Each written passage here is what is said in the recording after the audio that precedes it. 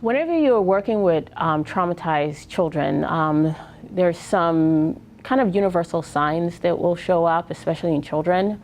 The first thing is trauma equates some level of terror. There's an element of fear that it's even after removed from the traumatic situation, that terror and fear is there.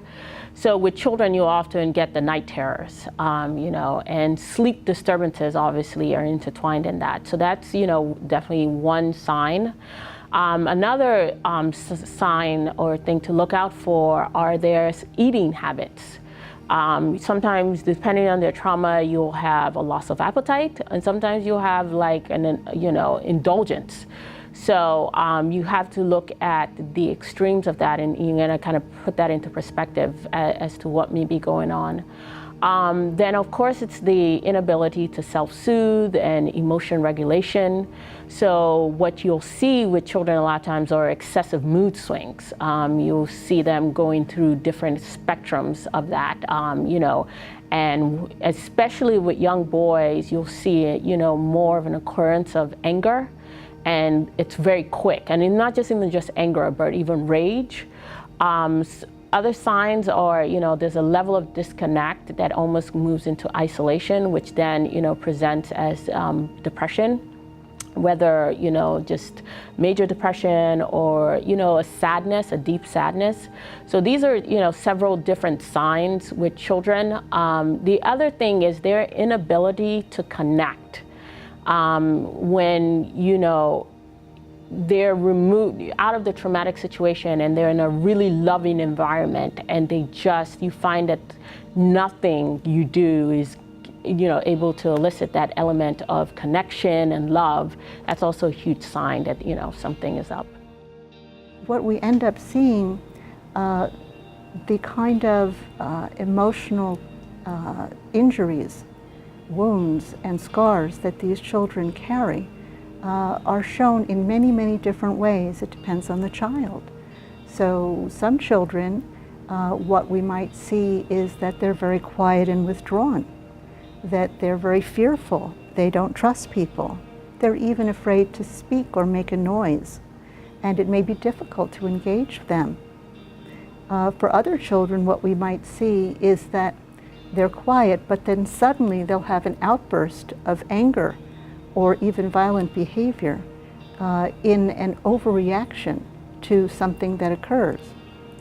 Many of the children will be distracted because thoughts and memories of the traumas may be coming into their minds and occupying their attention and kind of taking them out of their current reality. In many of the children, the stress comes out as physical illness, and most commonly stomach pains.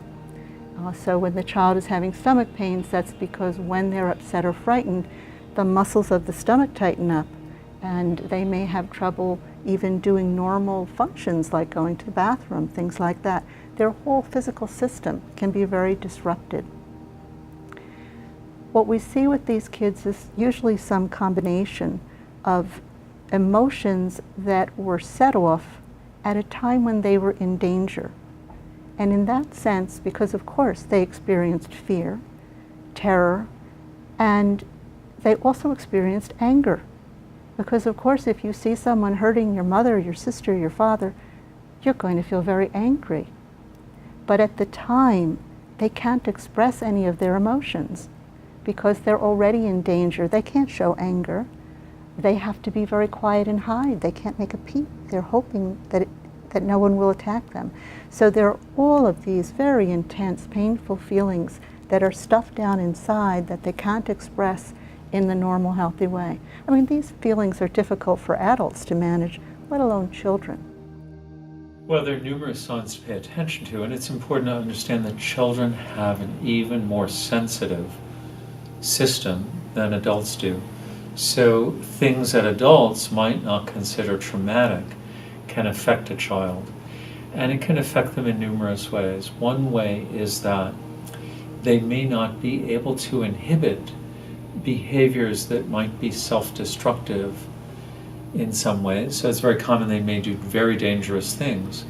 And being in a risky, forbidden situation also makes you feel alive if your system has been deadened by being drained, by being abused, by being traumatized.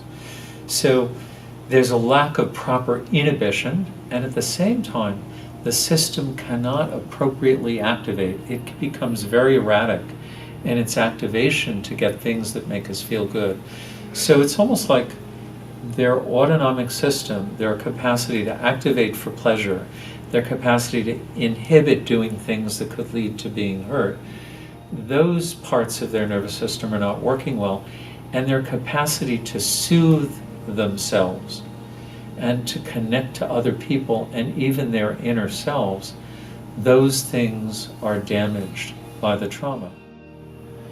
And when you are a refugee or a displaced person, you are cut off from the things that gave your life the most meaning to you and the lovingness that you had in your life. So when that is lost, our systems become very disturbed, and the stress response system becomes way too overactive, and the soothing, healing, bonding system, which reduces inflammation in the body, becomes very inactive.